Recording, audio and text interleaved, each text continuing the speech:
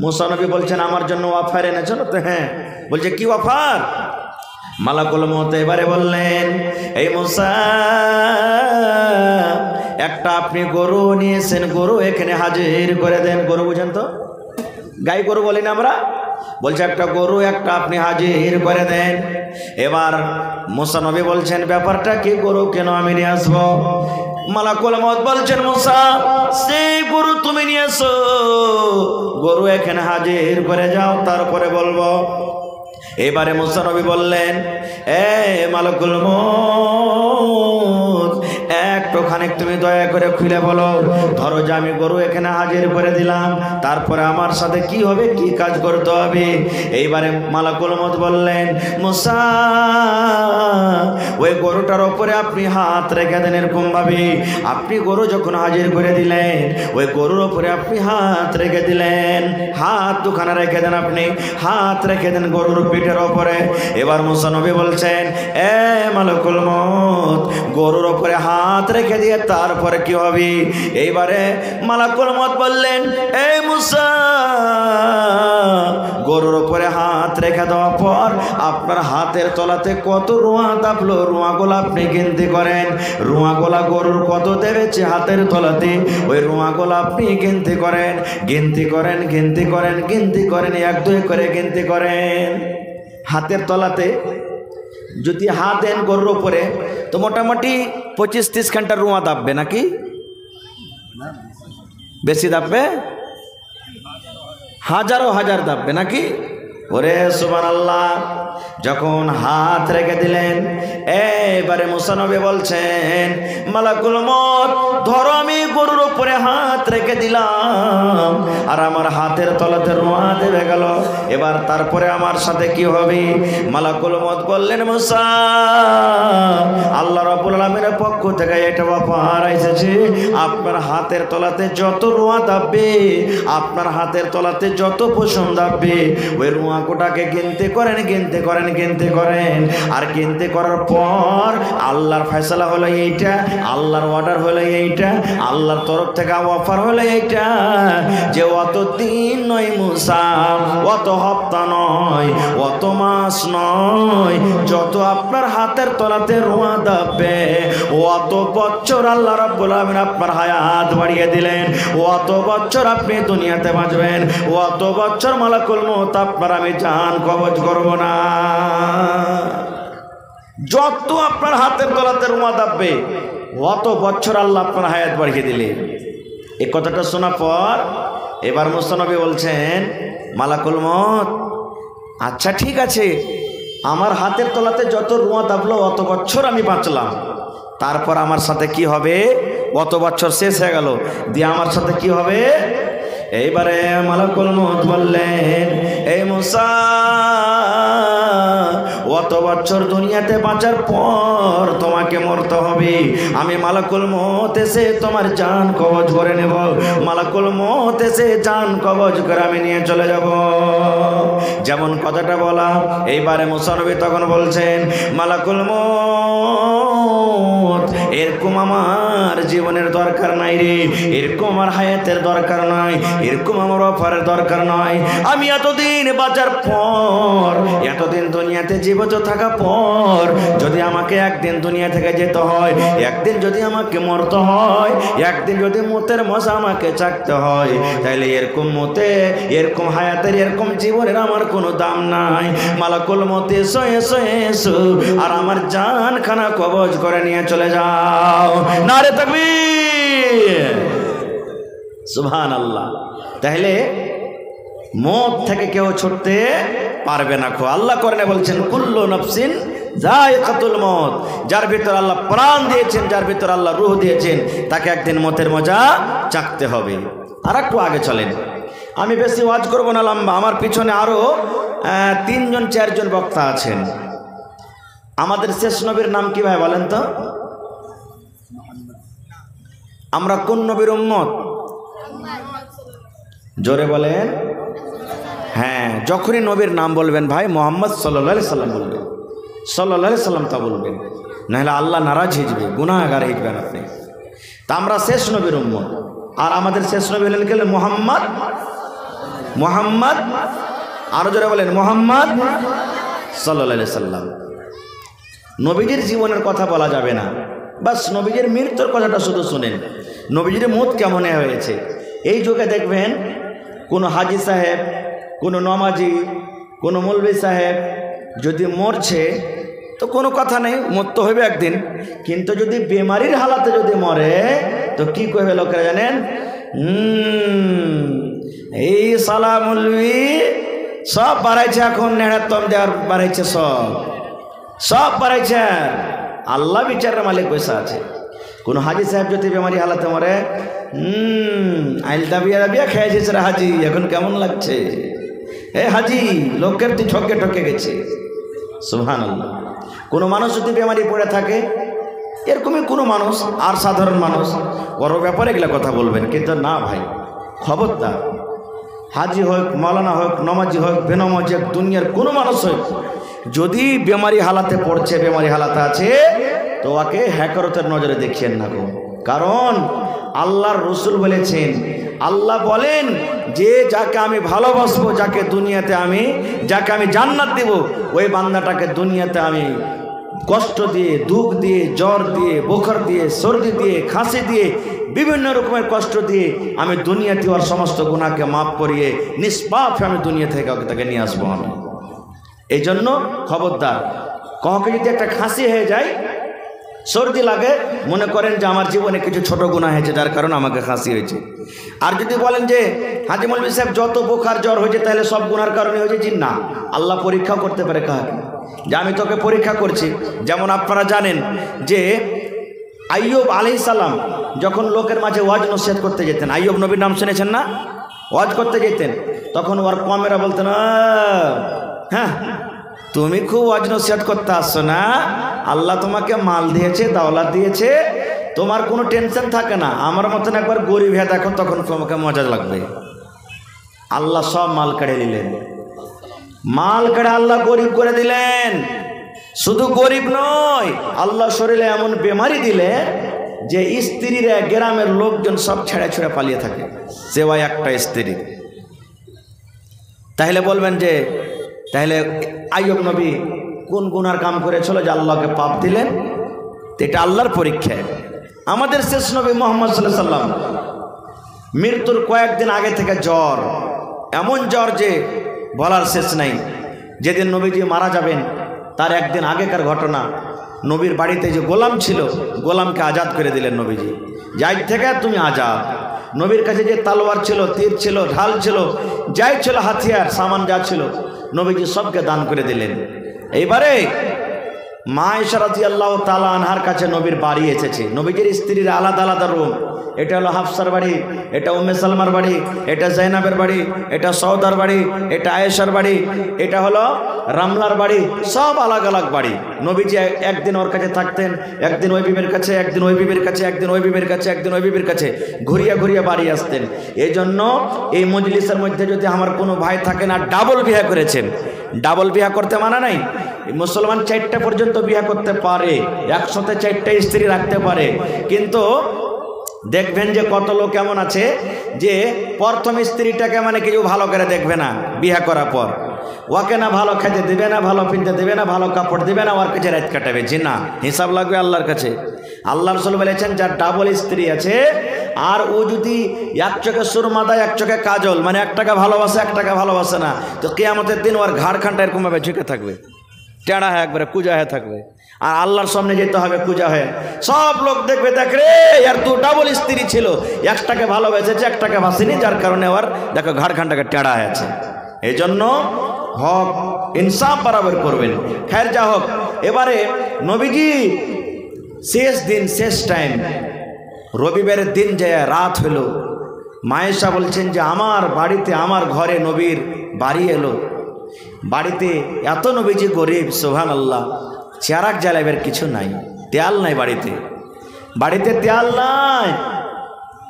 মায়েশা রাদিয়াল্লাহু তাআলা আনহা পড়োশিতে চলে গেলেন, যে তখন বলছেন যে বুবুজি আজ আমার স্বামী মুহাম্মদের বাড়ি আমার কাছে এসেছে, কিন্তু বেমারি হালাতে, এত জ্বর নবীকে বেমারি হালাতে, আমি চেহারাখানা দেখতে পাই না, রাত ঘুটঘুটি রাত, ঘরের ভিতরে কিছু চেনা যায় না, বাড়তে তেল নাই, যদি থাকে তো একটু ধার দাও তো বোন তেল। মায়েশা বলছেন আমি তেল ধার করে নিয়েছে চেহারা কামে জানাইলাম। আচ্ছা আপনারা বলেন তো, আজ আল্লাহ তাবারক ওয়া তাআলা আমাকে আপনাকে সারা দুনিয়ার মানুষকে যে সুখে রেখেছেন, আজ থেকে 20 বছর 25 বছর আগে ছিল ভাই? কত ভাই এই মধ্যে মজলিসে যারা উমার দারাজ লোক আছেন, বয়স্ক লোক আছেন, আপনারা জানেন যে কতদিন না খেয়ে থেকে গেছেন বাড়িতে খাবার নাই বলে, এরকম আছে না নাই? 1400 বছর আগে আল্লাহর নবীর স্ত্রী, বুখারী শরীফের হাদিস, মায়েশা রাদিয়াল্লাহু তাআলা আনহা নিজের বহিন বেটাকে বলছেন, বেটা রে, নবীর বাড়িতে 2 মাস কেটে গেছে বেলা, চুলা জ্বালিনি খো নবীর বাড়িতে, কিছু নাই যে বানাবো, রান্না করব, আঁকা জ্বালাবো, কিচ্ছু নাই নবীর বাড়িতে। কথাটা শুনে তখন মায়েশা বলছেন, আমার বহিন বেটা বলছেন, আগে খালা 2 মাস যদি চুলা না জ্বলে তো তোরা কি খেয়েছিলি গে খালা, মানুষকে তো খাইতে হবে। মায়েশা বলছেন, বেটারে, আমরা নবীর বাড়িতে আল আসওয়াদান 2টা কালো কালো জিনিসকে আমরা দিন কাটালছি। কি কালো কালো দিন খেয়ে দিন কাটালছি, এর আমার মায়েরা খালারা শোনেন। আল্লাহর নবীর স্ত্রী মায়েশা বলেন, নবীর বাড়িতে খাজুর ছিল, বাচ্চারা যেমন চকলেট খায়, বাচ্চারা যেমন চকলেট চুষে, এই মতো আমরা ভাগে 1-2টা করে খাজুর পাইতাম, ওই খাজুরকে আমরা চুষে চুষে খেতাম। 2 নম্বরে মায়েশা বলেন আলমা, পানি, ওই খাজুরটা খাওয়ার পর 2 নম্বর আমরা 1 গ্লাস 2 গ্লাস পানি পান করে নিলাম, ওই পানি পান করে খাজুর খেয়ে আমরা দিন কাটিয়ে দিয়েছি। কিন্তু নবীর বাড়িতে জুটিনি যে কিছু ভাত রান্না করব, রুটি বানাবো, মাংস রান্না করব, তরকারি রান্না করব। এই রান্না বান্না করার জন্য নবীর বাড়িতে আমাদের 2 মাস কেটে গেছে, কিন্তু রান্না করার জন্য নবীর বাড়িতে চুলা জ্বলেনি। সুবহানাল্লাহ। হায়রে দয়ার নবী, কত কষ্ট করে জীবন কেটেছেন। তো খাইর যাও, মায়েশা বলছেন যে রবিবারের দিন চলে গেল, সোমবারের রাতটা পড়লো, এখন যে রাতটা চলছে এই রাতটা শুক্রবারের রাত চলছে না বৃহস্পতিবারের রাত? আপনারা বলেন তো, জোরে বলেন। হ্যাঁ, একটা মশলা শুনেলেন, যদি এখন কোনো মানুষের, যদি কোনো মহিলার ছেলে পেলা হয়ে যায় আর 7 দিন আকিকা করতে হবে, 7 দিন আকিকা করতে হবে, তো কোন দিন থেকে আমি দিন জুড়বেন আপনি বলেন তো? বৃহস্পতিবার থেকে জুড়বেন আর না শুক্রবার থেকে জুড়বেন? বলেন কোন দিক থেকে জুড়বেন? শুক্রবার থেকে জুড়তে হবে, শুক্রবার থেকে জুড়তে হবে। ইসলাম ধর্মে রাত আগে দিন পরে। দেখবেন ঈদের চাঁদ যখন ওঠে, তো আপনি যেদিন ধরেন সন্ধ্যেবেলাতে চাঁদ উঠবে সেদিন রাত যায় রোজা করেন, তারপরের দিন না তার আগের দিন থেকে রোজা করেন? হ্যাঁ, তো ইসলাম ধর্মের রাত আগে দিন পরে, এটা মনে রাখবেন সব সময়তে। এবার মাগরিবের আজান যেমনই হয়ে গেল, যেটা সামনে কালকে দিন চলবে ওইটা রাত শুরু হয়ে গেল, যেমনই মাগরিবের আজান হয়ে গেল তেমনই এটা দিন শেষ, আগলা দিন শুরু হয়ে গেল আপনার। এখন থেকে নিয়ে কালকে মাগরিব পর্যন্ত এইটাই দিন চলবে, কালকে জুমারই দিন চলবেন, এটা জুমার রাত চলছে এখন। তো এই মতো রবিবারের দিন শেষে সোমবারের রাত পড়ে গেল। মায়েশা বলছেন আমি চেরাগ ধরিয়ে দিলাম, এবার চেরাগ জ্বলছে, আছে আছে আছে আছে, গোটা রাত কাটছে। এবার ফজরের টাইমে আজান হয়ে গেল, আসসালাতু খায়রুম মিনান নাওম, আজান হয়ে গেল।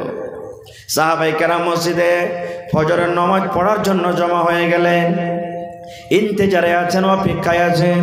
মনে হয় নবীজি আজকে আমাদেরকে জামাতের সাথে নামাজ পড়াবেন। নবীজি আয়েশাকে বললেন, ও আয়েশা, আমি আজকে মসজিদে নামাজ পড়তে পারবো না, আজকে আমার শক্তি চলে না, আজকে আমি মসজিদের ভিতরে নামাজ পড়তে যেতে পারবো না। একটু তোমার আব্বা জান আবু বকরকে ডাকো, তোমার আব্বা আবু বকরকে ডাকো। এইবার আবু বকরকে ডাকা হলো। এইবার নবী বললেন, আবু বকর, আমি আজকে মসজিদে তোমাদের ইমামতি করাইতে পারবো না, তুমি দয়া করে, আমি নবী যেই জায়গাতে দাঁড় হয়ে, যে মুসাল্লাতে দাঁড় হয়ে আমি ইমামতি করাতাম, নামাজ পড়াতাম, আবু বকর যাও যাও, আমি তোমাকে নবী আদেশ করলাম, আজকে ফজরের জামাতের নামাজ তুমি আদায় করিয়ে দাও, পড়িয়ে দাও। সুবহানাল্লাহ। এইবারে আবু বকর রাদিয়াল্লাহু তাআলা আনহু জামাতের শেষ টাইম হইতে যাচ্ছে, নামাজ পড়াইতে শুরু করেছে। চোখ দিয়ে ঝরঝর ঝরঝর করে জল ঝরতে শুরু হয়েছে। আবু বকর রাদিয়াল্লাহু তাআলা আনহু কাঁদতে লেগেছে, চোখ দিয়ে ঝরঝর ঝরঝর করে পানি ঝরতে শুরু হয়েছে। এইবারে সাহাবায়ে কেরাম বলছেন, আবু বকর এতদিন আপনি কোনোদিন নামাজ পড়াতে কাঁদেন না, আজকে আপনি নামাজ পড়িতে এসেছেন, আপনার চোখে পানি দেখছে, কি ব্যাপার? এইবার আবু বকর বলছেন, সাহাবীরে, এরে আমার বন্ধুরা, এরে আমার সাথীরা, আমি আবু বকর সহ্য করতে পারি না। এই জায়গাতে আমার দয়ার নবী, আমার হাবিব আমাদেরকে নামাজ পড়াতেন, আর আমি নবী জায়গাতে, নবী বেঁচে আছেন, কেমন করে দাঁড় হয়ে আমি ইমামতি করব? আমি সইতে পারি না রে, জ্বালা আমার সহে না, কলেজা খান মনে ফেটে যায়, এই জন্য আবু বকর আমি কান্দি। শেষ কথা, জামাত চালু হয়ে গেল, নামাজ শুরু হয়ে গেল। এবারে নবীজি আয়েশাকে বলছেন, বিবিকে বলছেন, আয়েশা একটুখানি তোমার ঘরের এই পর্দাটাকে হটিয়ে দাও, তো একটু জানালাকে খুলে দাও, আমি আমার সাহাবীরাকে দেখবো, আমার সাহাবীরা কেমন করে নামাজটা আদায় করে। মানে মায়েশার রুম আর মসজিদ সাটাসাটি, তো একবারে সাটাসাটি রুম। তো বলছেন যে আয়েশা একটুখানি তুমি জানলাকে খুলে দাও, পর্দা হটিয়ে দাও, দেখবো একটু। ওরে সুবহানাল্লাহ, যেমনই পর্দা হটিয়ে দেওয়া, দয়ার নবী নিজের সাহাবীরাকে দেখলেন তারা নামাজ পড়েছেন। এই নামাজ পড়তে দেখতে গিয়ে নবীজির চোখ দিয়ে ঝরঝর ঝরঝর করে পানি ঝরতে লাগলো। নবীজি আমার কাঁদতে লাগলেন, এমন কান্দন কাঁদলেন, ওরে সুবহানাল্লাহ, এত কাঁদতে লাগলেন, কাঁদতে কাঁদতে নবীজির চোখ দিয়ে পানি ঝরে ঝরে সমস্ত দাড়িওয়ালা ভিজে গেল। আল্লাহর নবীর কান্দন দেখে মা আয়েশা বললেন, ইয়া রাসূলুল্লাহ, আল্লাহ নবী গো, আপনি কাঁদছেন কেন? কি ব্যাপারটা বুঝতে পারি না। আপনার সাহাবীরা নামাজ পড়ছে, আপনার চোখ দিয়ে ঝরঝর করে পানি ঝরছে। নবীজি চোখের পানিটা মুছে এইবারে নবীর স্ত্রীকে বলছেন, আয়েশা রে, এটা কষ্টের কান্দন নয় রে আয়েশা, এটা দুঃখের কান্দন নয় আয়েশা রে, এটা সুখের কান্দন রে আয়েশা, সুখের কান্দন। আজকে যদি আমি দুনিয়া থেকে চলে যাই, আমার মতটা যদি হয়ে যায়, আমার উম্মতকে নামাজের হালাতে আমি ছেড়ে যাচ্ছি রে আয়েশা, আল্লাহ যখন কিয়ামতের দিন আমাকে জিজ্ঞাসা করবে, নবী মুহাম্মদ আপনি আপনার উম্মতকে কোন হালাতে কোন অবস্থাতে ছেড়ে এসেছেন বলুন, আমি আল্লাহ রাব্বুল আলামিনকে বলবো, মাবুদ রে, আমি আমার উম্মতকে নামাজের হালাতে আমি ছেড়ে এসেছি, আমার উম্মতকে আমি নামাজের অবস্থাতে ছেড়ে এসেছি। এই জন্য আয়েশা, এই কান্দনটা হলো হাসির কান্দন, এই কান্দনটা হলো সুখের কান্দন, আজকে আমি দুঃখের কান্দন কান্দি না। সুবহানাল্লাহ। নামাজ শেষ হয়ে গেল, সূর্য উঠে গেল, সব নবীর বিবিরা নবীর পাঞ্জরে বসে আছে, সাহাবায়ে কেরাম চলে এসে জমা হয়ে গেছে।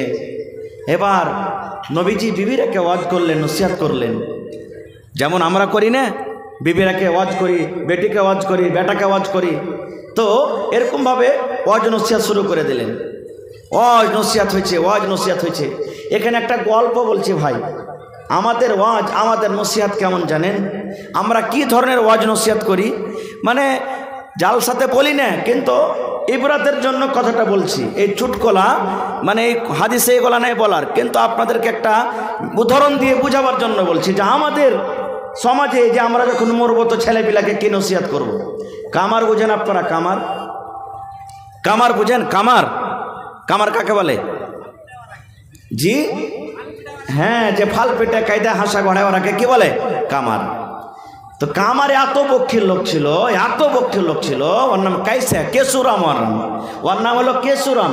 তো ওকে সবাই বলে কাইসারাম, কাইসারাম বলে ডাকে। কাহারির নাম সালাম তো দেখবেন সাইলমা বলে ডাকবে, কার নাম জাব্বার তো জাব্বার হবে, কার নাম সোলেমান তো সোইলা বলে ডাকবে। এই মুসলমান যে এরকমভাবে নামগুলো ডাকে। তো কামার যে ছিল খুবই বক্ষীল মানুষ, দান ধ্যান করত না। একদিনকার ঘটনা, ওর কাছে একটা লোক চান্দা চাইতে গেছে। তখন বলছে যে ভাই চান্দা টান্দা দাও, কইছে না আমার কাছে কিছু নাই, দিতে পারবো না। এক একটা লোক আছেন এরকম বক্ষীল, দিবে না, মেলে আছে। তখন মৌলভী সাহেব কয়েছে যে এক কাম করো, তুমি দান ধ্যান করো না, না মরবে তখন কবরে তুমি লিয়ে যাবে, বাইন্দে মরবে তখন কবরে তুমি লিয়ে যাবে। ই কামারের মন কি যে ঠিকই তো, দুনিয়াতে যে বেঁচে আছি, ভাতি কিনতে হয়েছে, লহ কিনতে হয়েছে, দুনিয়াতে বিজনেস করে খাচ্ছি, তো মরার পর তো ওই দুনিয়াতে কিছু করে খাইতে গেলে টাকার দরকার আছে। তখন ওর 4-5টা বেটা সব দিকে ডাকছে, আর ডেকে অনুশিয়া শুরু করেছে। আর পাঞ্জরকার একটা বহু, আর নাম হলো সাজানুর, কাইসা কামারের কলে পানি আনতে গেছে। ও রাইতের বেলাতে বাপ বেটা দিয়ে সল্লা মশরা করছে, গল্প করছে। তখন সাজানুর বহুটা কানে টাটিতে কান লাগিয়ে দিচ্ছে যে কাইসা কামার বেটারাকে কি ওয়াজ করছে। এবার কাইসা কামার বলছে, বেটারে আমি হয়তো বেটা কবে মরে যাব জানি না। ও বাবা ধরেরা শুনে না, মাঠের জমিনটা তুই নিবি রে বেটা, ওই জমিনটা তুই নিয়ে নিবি, ওই গরুটা তুই নিয়ে নিবি, ওই বকরিটা বেটা তুই নিয়ে নিবি, যার কাছে যেটা মাল আছে কাইসা কামার ভাগ করে সব দিয়ে দিলেন। এবারে কাইসা কামার বলছেন, বেটা রে আমি যখন মরে যাব, আমার মরার পর আমার কাছে যে আমার বিছানাতে একটা বালিশ রয়েছে, আমার বিছানায় একটা বালিশ আছে, বেটা রে আমি যেদিন মরে যাব দয়া করে আমার সাথে সাথে ওই বালিশটাও তোমরা দফন করে দিবে। বালিশটা কিন্তু বেটা আমার সাথে তোরা দফন করে দিস। বলছে, হাজি আব্বা বালিশ দিব কেন, কি ব্যাপারটা? বলছে, বেটা রে ওই বালিশে সোনার টাকা এবং চাঁদের টাকা ভর্তি করে রেখেছি। আমি দুনিয়াতে আমি খাটতে গেলে, দুনিয়ার পেট পিঞ্জন চালাইতে গেলে, সংসার করতে গেলে টাকার দরকার হয়েছে রে বাবা। ওই দুনিয়াতে যখন চলে যাব কার কাছে আমি টাকা নিয়ে বেড়াবো? কে আমাকে ধার দেবে? কাউকে তো আমি চিনি না, জানি না। এই জন্য বালিশের টাকাটা আমার কবরে দিয়ে দিবে, তাহলে আমি ওই দুনিয়াতে সংসার করে খাবো। কতখানি মাথা মোটা দেখেন। ঠিক এই কথাটা কিন্তু ওই পড়োশির বহু সাজেনুর শুনে নিয়েছে। ই বাড়িতে যার কেরা খুব মুচকে মুচকে হাসছে। ওর স্ত্রীটা, ওর স্বামীটা কিন্তু একটু খ্যাপা টাইপের। দেখবেন দুনিয়াতে যত একটু মানে মোটা হয়েছে বেটা ছেলে, ওর স্ত্রীটা কিন্তু খুব চতুর চাল্লা কাল্লা দিয়েছে। এরকম আছে না নেই? আর দুজনে যদি এদলি ভেদলি হয়ে যেত সংসার চলবে না, কিন্তু আল্লাহ মিলিয়ে দিয়েছে। দেখবেন আপনার গ্রামে বা আপনার এলাকাতে সমাজে দেখবেন যে লোকটা সোজা, ওর স্ত্রীটা একবারে খুব চতুর চালাক 420। ই হাসছে, তখন ওর স্বামীটা কয়েছে, হ্যাঁ রে তুই হাসছিস কেন? ও কহে না, কিন্তু রাজের কথাটা কহে না যে কী কারণে হাসছে। আচ্ছা পরে তোমাকে বলবো। ঠিক রাতের বেলাতে, দিনের বেলাতে কাইসা কামড়ের মত হয়ে গেল, মরে গেল। কথা হিসাবে ওর বেটারা বালিশ জমা করে দিল। আর ঠান্ডার সময় খুব শীত পড়ছে। ফজরের নামাজ পড়ে সাজানুর পানি আনার বাহানাতে কলসিকে কাঁকলে করে নিয়ে চলে গেছে ঘাটে। ঘাটে নিয়ে চলে গেছে একবারে, সুবহানাল্লাহ। আর ঘাটে যার কেনা ওই যে কাইসা কামার মরেছে বালিশটা নিয়ে করে বাড়ি থেকে হাজির হয়ে গেছে বাড়িতে। এইদিকে সাজনের বহু কিন্তু সুবহানাল্লাহ, এই যে সাজনের ভাসুর হাল বাহা চলো, ও কিন্তু দেখে নিয়েছে যে কাইসা কামার মরেছে, তো মনে হয় ওকে মুদ্দার খাকি মুদ্দার ঘাটে খাইতে গেছে মনে হয় ওকে। ও কিন্তু জানে না যে কী কারণে গেছে। শেষ কথা আমার বলার উদ্দেশ্য হলে এই ঘটনাটার দিকে আমি যাব না। বলার উদ্দেশ্য হলে এই যে আমরা মুসলমান, আমাদের ওয়াজ, আমাদের নসিহত, আমাদের তালিম, ছেলে মেয়েকে আমরা কি করব? যে দুনিয়াতে আমরা ছেলে মেয়েরাকে ওয়াজ করব, দিনের কথা আমরা বলবো না যে বেটা আমি মরে গেছি, বেটা কে জানি কখন কোন ঘড়িতে আল্লাহ নিয়ে নেবে আমাকে। কিন্তু বেটা জীবনে নমাজ ছাড়িস না, বেটা জীবনে রোজা ছাড়িস না, বেটা জীবনে কাউরে হক মেরে খাইস না, বেটা জীবনে কোনোদিন লড়াই ঝগড়া করিস না, বেটা জীবনে ফিতনা ফসাদ করিস না, বেটা জীবনে শরীয়ত মোতাবেক নিজের জীবনটাকে কাটবি। এইভাবে আমরা মুসলমান কোনোদিন নিজের ছেলে মেয়েকে আমরা ওয়াজ নসিহত করে দিই না। খাই যা হোক, আল্লাহর রসুল দুনিয়া থেকে চলে যাবেন, বিবিরাকে ওয়াজ নসিহত করলেন, তারপরে সাহাবাই কেরামকে ওয়াজ নসিহত করলেন। সাহাবাই কেরামকে ওয়াজ নসিহত করার পর নবীজির 4 জন মেয়ে ছিলেন, বেটি ছিলেন। সব থেকে ছোট বেটির নাম হলো ফাতেমা রাদিয়াল্লাহু তাআলা আনহা। 3টা বেটি নবীর বেঁচে থাকা কালে মারা গেছেন, আর একটাই ছোট বেটি কিন্তু নবীর মৃত্যুর পর মারা গেছেন, ছোট বেটি ফাতেমা। ফাতেমা কিন্তু মজলিসে হাজির নাই। এইবারে নবীজি বললেন একজন সাহাবীকে, নিজের স্ত্রীর রেখে বলছেন, কই আমার কলেজের টুকরা, আমার ফাতেমা কই? আর সময় মোটামুটি 8টা-9টা বেলা সময়, সোমবারের দিন 8টা-9টা বেলা। নবীজি বলছেন, আমার মা, আমার কলেজের টুকরা ফাতেমা কই? ফাতেমাকে ডাকা হলো। ফাতেমা নবীর কথা শুনে তাড়াতাড়ি করে এলেন। আসাফার রসুল বলছেন, ও মা ফাতেমা, একটা তোমাকে কথা বলবো মা। কি কথা? আল্লাহ রাসূল বললেন, ফাতেমা আমি তোমাকে তোমার কানে কানে কিছু আস্তে করে কথা বলবো মা। আমার কথাটা যেন আমার সাহাবীরা না শুনে, আমার কথা যেন আমার বিবিরা না শুনে। ও মা ফাতেমা, ও আমার কলেজার টুকরা, তোমার মুখ কানটা আমার মুখের কাছে লাগিয়ে দাও মা। তোমাকে আস্তে আস্তে আস্তে করে কিছু কথা বলবো। ওরে সুবহানাল্লাহ, যখন নবী কথাটা বললেন, মা ফাতেমা রাদিয়াল্লাহু তাআলা আনহা নিজের কানখানাকে দয়ার নবীর মুখের কাছে লাগিয়ে দিলেন, দয়ার নবীর ঠোঁটের কাছে লাগিয়ে দিলেন। নবীজি আস্তে করে কোন এমন কথা বেটিকে বললেন। ওরে সুবহানাল্লাহ, নবীজি কথা বলতে আছেন, নবীর কথা শুনে মা ফাতেমার চোখ দিয়ে ঝরঝর ঝরঝর করে পানি ঝরতে লাগলো। মা ফাতেমা কাঁদতে লাগলেন, মা ফাতেমার চোখে পানি চলে এলো। এইবার যখন কাঁদতে লাগলেন, আহারে দয়ার নবী বেটিকে এত ভালোবাসতেন। আল্লাহ রাসূল বলেছেন, যে আমার ফাতেমাকে কষ্ট দিবে, তকলিফ দিবে, দয়ার নবী সে যেন আমাকে কষ্ট দিল। রাসূল এত ফাতেমাকে ভালোবাসতেন যে আমার ফাতেমাকে কষ্ট দিবে সে আমাকে যেন কষ্ট দিল। সুবহানাল্লাহ। এইবারে নবীজি ফাতেমাকে বলছেন, মা তুমি কেঁদো না, মা তুমি কেঁদো না, আমি তোমার আব্বু, তোমার চোখে আমি পানি দেখতে পারবো না মা, তোমার চোখের জল আমি দেখতে পারবো না মা, তোমার কানটা আর একবার আমার মুখের কাছে নিয়ে এসো। মা ফাতেমা রাদিয়াল্লাহু তাআলা আনহা দ্বিতীয়বার এইবারে নিজের কানটাকে নবীর মুখের কাছে লাগিয়ে দিলেন। এইবারে দয়ার নবী কোন কথা এমন আস্তে আস্তে করে ফাতেমাকে বললেন, ওই কান্না মানুষ যার চোখ দিয়ে জল ঝরছিল, পানি ঝরছিল, এইবারে ওই ফাতেমা মুখে হাসি ফুটে গেল। ফাতেমা হাসতে লাগলেন, কান্না বন্ধ হয়ে গেল, চোখের পানি ঝরা বন্ধ হয়ে গেল। যখন নবীজি দুনিয়া থেকে চলে গেলেন, কিছুদিন পর ওখানে তারও নবীজির বিবিরা না বসেছিলেন। এবার নবীজির বিবিদের মধ্যে একজন বিবি মা আয়েশা রাদিয়াল্লাহু তাআলা আনহা, এটা হলো ফাতেমার সতার মা। তখন বলছেন, বেটি একটা কথা বলবো মা। বলছে, কি মা? বলছে, বেটি রে, যখন তোমার আব্বু মারা যায়, মৃত্যুর টাইমের সময়তে তোমার আব্বা কোন এমন কথা বলেছেন যা আমাদেরকে জানাননি? আর তোমার কানে কানে বলেছিলেন, প্রথমবার কানে তুমি মুখে লাগাও, তখন তুমি হ্যাঁ কাঁদেছিলে। আর দ্বিতীয়বার নবীজির কানে যখন নবীজির মুখে তুমি কান লাগালে, নবীজি কোন এমন কথা বললেন তুমি হেসেছিলাম মা? ওই ওই কথাটা কি জানাবে না যে প্রথমবার কেন তুমি কাঁদেছো আর দ্বিতীয়বার কেন হেসেছো? যখন কথাটা শুনলেন, এবার মা ফাতেমা রাদিয়াল্লাহু তাআলা আনহা বলেন, হ্যাঁ মা, এখন আমি কথাটা বলবো, আমার আব্বা দুনিয়াতে নাই। মা ফাতেমা বললেন, ও মা, আমার কানে কানে যখন আমার আব্বা জান প্রথম কথা বললেন আমি কানলাম।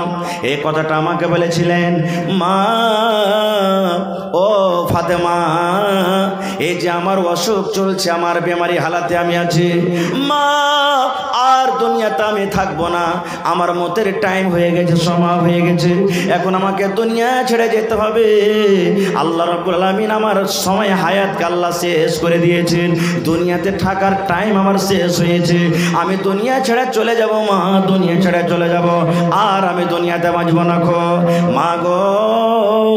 আব্বা বলার মন থাকে আমাকে ডেকে নাও, আমি তোমার আব্বা বেঁচে আছি, আব্বা বলার মন থাকে আমাকে ডেকে নাও, কারণ আজকের পর তুমি এই লোকটাকে আর আব্বু বলে ডাকতে পাবে না। যখন কথাটা বলা, মা ফাতেমা রাদিয়াল্লাহু তাআলা আনহা বললেন, মা গো, আব্বার মৃত্যুর কথা যখন আমি শুনলাম, সুবহানাল্লাহ, আমার মনটা যেন ভেঙে গেল, আমার কলেজাটা মনে হয় জ্বলে গেল। আহারে, এত সুন্দর লোকটা দুনিয়া থেকে চলে যাবেন, এত সুন্দর লোকটাকে আব্বা রাখছিলাম, আর কাকে আব্বা বলে ডাকবো? কে আমাকে মা মা মা বলে ডাকবে? কাকে আমি আর আব্বা বলে ডাকবো? কে আমাকে কলিজার টুকরা মা ফাতেমা বলে ডাকবে? আর কে আদর করবে? মা গো, এই আব্বার মতের কথাটা শুনে, মতের খবর শুনে আমি কাঁদতে লাগলাম। যখন আমার চোখে পানি দেখলেন, তখন আব্বা জান আমাকে যে দ্বিতীয় কথা বলেছিলেন, আর আমি কথাটা শুনে হেসেছিলাম, এই কথাটা বলেছিলেন, নবী আমাকে বলেছিলেন, মা তুমি কেঁদো না, কেঁদো না, কেঁদো না মা, কেঁদো না। আমার মৃত্যুর পর, আমার মরে যাওয়ার পর, আমার দুনিয়া থেকে যাওয়ার পর, আমার বংশের মধ্যে, আমার খানদানের মধ্যে, আমার বংশের মধ্যে সর্বপ্রথম যার সাথে আমার দেখা হবে, যার সাথে আমার মুলাকাত হবে, আমার বংশের মধ্যে যে সর্বপ্রথম মারা যাবে সেটা হবে মা ফাতেমা। তুমি মা, আমার মৃত্যুর পর তুমি মরবে সর্বপ্রথম, তোমার সাথে আমার দেখা হবে। শুধু তা নয় রে মা, তা নয়, এক্ষুনি জিবরিল আমিন আমার কাছে এসেছিলেন, আমার কানে কানে জিবরিল আমিন বলে গেলেন, আমার জিবরিল বললেন, ও মুহাম্মদ, আপনি নিজের মেয়ে কলেজার টুকরা ফাতেমাকে একটু খুশখবরি দিয়ে দেন। কে খুশখবরি? যেদিন কিয়ামত কায়েম হবে, যেদিন বিচারের মাঠ হবে, মানুষের হিসাব কিতাব পর যারা জান্নাতে যাবে জান্নাতে চলে যাবে, আর যারা পাপী হবে জাহান্নামে চলে যাবে।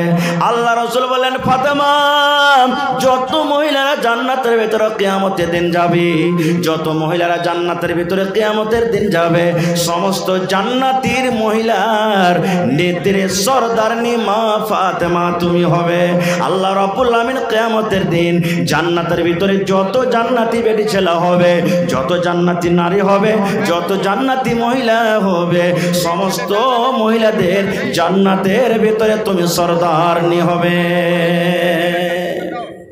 মা, এই কথাটা শুনে আমি হাসতে লাগলাম। আমি ঘটনাটা কেন বললাম ভাই? এই জন্য বললাম, কয়েকটা এখানে কথা লুকিয়ে আছে। তার মধ্যে একটা কথা হলো যে আল্লাহর নবী নিজের মেয়ে বেটিকে কত ভালোবাসতেন যে নিজের মওতের কথা, এত বড় রাজের কথা নিজের বিবি রেখে না বলে, সাহাবায়ে কেরামকে না বলে নিজের মেয়েরাকে বললেন।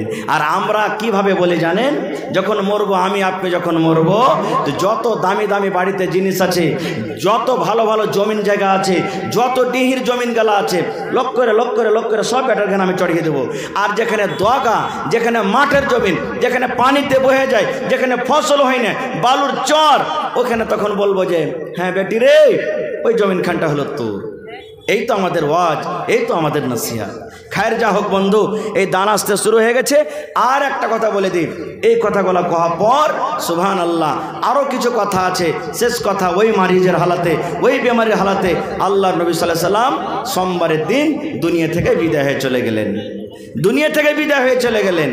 এই জন্য আমি ঘটনাটা বললাম যে আমাদের পয়গম্বর, আমাদের শেষ নবী, আল্লাহ তাবারক ওয়া তাআলা এত প্রিয় ভালোবাসা তাকে ভালোবেসেছেন যে যাকে জান্নাত জাহান্নাম শেয়ার করালছেন, সেই নবী দুনিয়াতে আজকে বেঁচে নাই, তিনিও দুনিয়া ছেড়ে চলে গেছেন।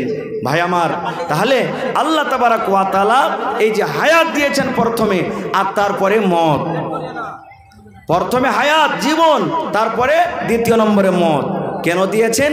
লিয়াবলুয়াকুম আইয়ুকুম আহসানু আমালা। হে দুনিয়ার মানুষ, কিয়ামতের দিন তোমাদের একটু পরীক্ষা করব, তোমাদের আজমাইশ করব, তোমাদের ইমতিহান নিব যে তোমাদের মধ্যে দুনিয়াতে সব থেকে ভালো কাজ, ভালো আমল কে করেছে। এই জন্য আমি আল্লাহ তাবারক ওয়া তাআলা মত এবং হায়াতকে সৃষ্টি করেছি। হযরত আবু হুরায়রা রাদিয়াল্লাহু তাআলা আনহু একজন বড় সাহাবী, আমার শ্রদ্ধেয় মাদানী সাহেব বসে আছেন, আল্লাহুস সামাদ। আবু হুরায়রা রাদিয়াল্লাহু তাআলা একজন বড় সাহাবী, পুরুষের মধ্যে সব থেকে বেশি হাদিস মুখস্থ করেছেন হযরত আবু হুরায়রা রাদিয়াল্লাহু তাআলা আনহু। সেই সাহাবী দুনিয়াতে আল্লাহ তাবারক ওয়া তাআলা তাকে জান্নাতের খুশখবরি দিয়েছেন, আবু হুরায়রা তুমি জান্নাতে যাবে। ওই সাহাবী যখন মরছেন, আশেপাশে যত ছেলে মেয়ে আছে, যত লোক আছেন, সবাই বসে আছেন। আবু হুরায়রার চোখ দিয়ে পানি ঝরছে, কাঁদছেন, কাঁদছেন, চোখ দিয়ে ঝরঝর করে পানি ঝরছে। বিবি বাচ্চা সবাই বলছেন, আবু হুরায়রা দুনিয়া ছাড়তে কি মায়া লাগছে? দুনিয়ার মায়াতে তুমি যেতে পারো না? আরে দুনিয়াতে তুমি মহব্বত, দুনিয়াকে এত ভালোবেসেছো যে দুনিয়া ছাড়ার কারণে তুমি হয়তো এখন মরে যাবে, যার কারণে তোমার চোখ দিয়ে পানি ঝরছে। রে সুবহানাল্লাহ। আবু হুরায়রা রাদিয়াল্লাহু তাআলা কি উত্তরটা দিয়েছিলেন জানেন? রে বাড়ির লোকেরা, এ আমার ছেলে মেয়েরা, ও গ্রামের ভাইরা, আমি দুনিয়া থেকে চলে যাব, দুনিয়ার মায়া, দুনিয়ার মহব্বত, দুনিয়ার ভালোবাসার কারণে আমার চোখ দিয়ে পানি ঝরে না, এই জন্য আমি কান্দি। আল্লাহ রাব্বুল আলামিন আমাকে 50, 60 বছর, 70 বছর জীবন দিয়েছিলেন। এই জীবনের মধ্যে আমি অল্প কিছু নেকি করেছি, আমি আমি বেশি কিছু নেকি করতে পারিনি রে, অল্প আমার কাছে নেকি আছে। আর আমার মৃত্যুর পর কবর থেকে আমার আখিরাত শুরু হয়ে গেল, আখিরাত চালু হয়ে যাবে ইলা ইয়াউমিল কিয়ামত, কিয়ামত পর্যন্ত জান্নাত যাওয়া পর্যন্ত চলবে সফর। এত বড় লম্বা রাস্তা, এত বড় লম্বা সফরে অল্প কিছু নেকি নিয়ে আমি কেমন করে সফরটা পাস করব? আমি সফর কেমন করে করব? এত লম্বা সফর আমি কেমন করে যাব? আমার অল্প নেকি আর আমার সফর হলো লম্বা, এত লম্বা সফরে অল্প নেকি নিয়ে কেমন করে আমি পার করব? এই জন্য আমি আবু হুরায়রা কান্দি। আপনি এখান থেকে দিল্লি চলে যাবেন মনে করেন, আর পকেটে আপনি 100 টাকা নিয়েছেন, 100 টাকাতে দিল্লি পৌঁছতে পারবেন? 100 টাকাতে দিল্লি পৌঁছতে পারবেন আপনি? পারবেন না। বাড়ি থেকে আপনি বেরিয়ে হবেন না। এটাই মনে করেন আবু হুরায়রা এই কান্দনটাই কাঁদছেন যে আল্লাহ আমার কাছে অল্প নেকি আর এত বড় লম্বা হাজার হাজার লাখ লাখ বছরকার লম্বা সফর আল্লাহ কেমন করে আমি কাটবো, কেমন করে আমি এই সফরটা তাই করব? ভাই আমার শেষ কথা, তাহলে এটা হলো বানাত মাদ্রাসার জলসা। বলার ইচ্ছে ছিল আরো বলবো, কিন্তু জলসাতে আজকে অনেকগুলি উলামায়ে কেরামকে ডাকানো হয়েছে, তারাকেও আপনাকে শুনতে হবে। আল্লাহ রাসূল সাল্লাল্লাহু আলাইহি ওয়াসাল্লাম বলেছেন তলাবুল ইলমি ফারিজাতুন আলা কুল্লি মুসলিম, প্রত্যেক মুসলমান নর হোক কিংবা নারী হোক ইলম শিখাটা হলো ফরজ। এক টাইম না খেয়ে থাকেন কিন্তু বাচ্চাকে ইলম দিতে হবে আপনাকে। ছেঁড়া কাপড় পিঁধে থাকেন, লুঙ্গি পিঁধে থাকেন, কিন্তু বাচ্চাকে আপনাকে ইলম দিতে হবে। আর এই ভেদভাব আপনাকে আমাকে করতে হবে না যে বেটারা পড়ে ইঞ্জিনিয়ার হবে, বেটারা পড়ে ডক্টর হবে, বেটারা পড়ে প্রফেসর হবে, বেটারা পড়ে পাইলট হবে, বেটারা পড়ে অমুক হবে তমুক হবে, আর আমি বেটিরাকে পড়াবো না। কেন পড়াবো না? এরা পরের বাড়িতে যাইবে, এরা ছাই তুলবে, এরা বাড়ি ঘর ঝাড় দিবে, এরা রুটি বানাইবে, এরা ভাত রান্না করবে, এরা স্বামীর খিদমত করবে, এরা ফের পড়ে লেখা কি করবে? জি না ভাই, আমি তো মনে করি যে বেটা ছেলের যেমন পড়ার দরকার এই মতো মেয়েদের পড়ারও দরকার। বেটা ছেলে যতক্ষণ এই তালিম হাসিল করবে তার থেকে 2 গুণা বেটি ছেলেকে তালিম হাসিল করতে হবে। কেন? এই জন্য যে একটা বেটি ছেলে যখন বাড়িতে বিয়ে হয়ে চলে যাবে তো ওই বাড়িতে নিজের শাশুড়িকে পাবে, নিজের শ্বশুরকে পাবে, নিজের স্বামীকে পাবে, ওর পেট থেকে ছেলে মেয়ে কতটি জন্ম হবে সমস্ত লোকের জিম্মেদারিটা ওর মাথাতে থাকবে, দায়িত্ব থাকবে মাথাতে। এবার যদি ওই মেয়েটা পড়ালেখা না হয় তাহলে ওর ছেলে মেয়েরাকে দিনের কথা বলতে পারবে? দিনের কথা বলতে পারবে? ধরেন একটা উদাহরণ নিয়ে এলেন, একটা উদাহরণ যে আমার কোনো মা খালা পড়ালেখা করেনি, এবারে ছেলেটা পশ্চিম দিকে মুখ করে পেশাব করছে কিংবা পায়খানা করছে, ও তো নিজেই জানে না যে পশ্চিম দিকে মুখ করে পেশাব পায়খানা করতে হয় কি হয় না। এবার ওই ছেলেটাকে বলতে পারবে এই আব্দুল্লাহ, আব্দুর রহমান, এ হালিমা, আল্লাহ রসুল বলেছেন বেটারে পশ্চিম দিকে মুখ করে মুততে হবে না কো, পায়খানা করতে হবে না কো, বলতে পারবে? বলেন পারবে? কিন্তু ওই জায়গাতে যদি একটা বেটি ছেলে পড়ালেখা হয় তাহলে ওকে বলতে পারবে কি পারবে না? দেখবেন আজ থেকে 20 বছর 25 বছর আগে বা 10 বছর আগে আমার মায়েরা খালারা যখন ছেলে পিলাকে রাতের বেলাতে যখন পেশাব করতে উঠায় তখন ওর স্পেশাল একটা দোয়া ছিল। কোন জায়গাতে যে দোয়াটা পেয়েছে আল্লাহ জানে। আপনারা মনে হয় শুনেছেন দোয়াটা, কি জানেন? ছেলেটা যখন পিছনে মুছে দেয় তো যখন রাইতে বলবে মা পেশাব করবো, ছেলেটাকে আগনাতে উঠালছে আর কইছে পড় রে গোলামের বেটা মোরা, মরার বেটা মোরা, দোয়াটা পড় কি? 1 বাত্তা 2 বাত্তা 3 বাত্তা ঘর সত্তা বাহির মত্তা, এরকম দোয়া পড়ালছে না? পড়েনি? 1 বাত্তা 2 বাত্তা 3 বাত্তা ঘর সত্তা বাহির মত্তা। এই দোয়া কোথায় পালি গে মা?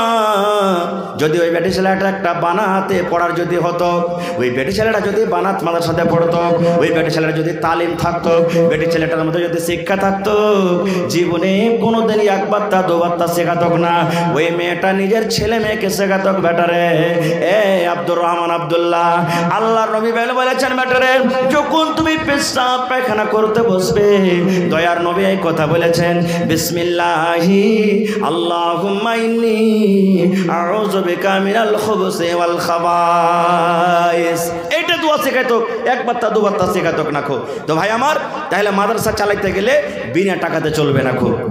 আজকে যে প্যান্ডালের ভেতরে আলো, রাস্তাতে রাস্তাতে আলো, এই যে হেলোজিন লাগা আছে, মার্কারি লাগা আছে, তো কি বিনা জার্নিটারে চলছে? বিনা জার্নিটারে চলছে। আর জার্নিটার থাকলে বা কি হবে? জার্নিটার মধ্যে তেল না দিলে জার্নিটার চলবে? চলবে জি ভাই। এই মতো মাদ্রাসাও হলো একটা জার্নিটার। শুধু মাদ্রাসা খাড়ো করে দিলে হবে না, খুব অতি তেল দিতে হবে। যেমন জানিটারে তেল দিবেন তাহলে বল জ্বলবে, এই মতো মাদ্রাসাতে যে আপনি করেছেন এটা জার্নিটার একটা, ওই মাদ্রাসাতে আপনি দান যতক্ষণ না করবেন, সাহায্য না করবেন, টাকা না দিবেন, সময় না দিবেন, বাচ্চা না দিবেন পড়িতে, ততক্ষণ পর্যন্ত আপনার মাদ্রাসা, আপনার গ্রাম আলো হবে না খুব। তাহলে ভাই আপনি 10 টাকা দেবেন, তা 10 টাকায় নিব, তবে এই মাদ্রাসার জন্য বেশি আমি কিছু চাইব না। দেখি কোন আল্লাহর বান্দা একটা আছেন যে মাদ্রাসার জন্য, কোরআনের জন্য, যেখানে আল্লাহ রসুলের তালিম হয়, সেই জন্য যেই জায়গাতে আপনার ছেলেরা গোলাপ ফুলের মতন বের হবে, আর গ্রামে বাড়িতে একবারে গোলাপ ফুলের মতন মহকিবে, সেই মাদ্রাসার জন্য দেখি কোন একটা লোক আছেন যে 20,000 টাকা দিতে পারবেন, একটা লোক 10,000 টাকা দিতে পারবেন।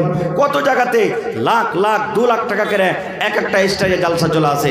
এই গত রাত্রে মাদ্রাসা আইনুল উলুম দেবীনগর চিলমারিতে মাদ্রাসার যিনি নায়েবে সেক্রেটারি জামাল উদ্দিন সাহেব 1 লাখ টাকা একা দান করে দিলেন। ওর বাপ জামশেদ আলী সাহেব এই মৌলানা ছেলে রাইতে 51,000 টাকা নিয়ে হাজির করে দিলেন। মুখিয়াজিরা 3-4 ভাই মিলে মোটামুটি 70-75,000 টাকা ওরা দিয়ে দিলেন। ভাই আমার, এরকম কত আল্লাহওয়ালা আছেন, আল্লাহর বান্দা আছেন, আল্লাহর বীর মুজাহিদ আছেন। তো ভাই এইটা নিয়ত করেন যে আজকের জালসাতে কম করে একদিনকার মজুরিও আমি দিয়ে যাব।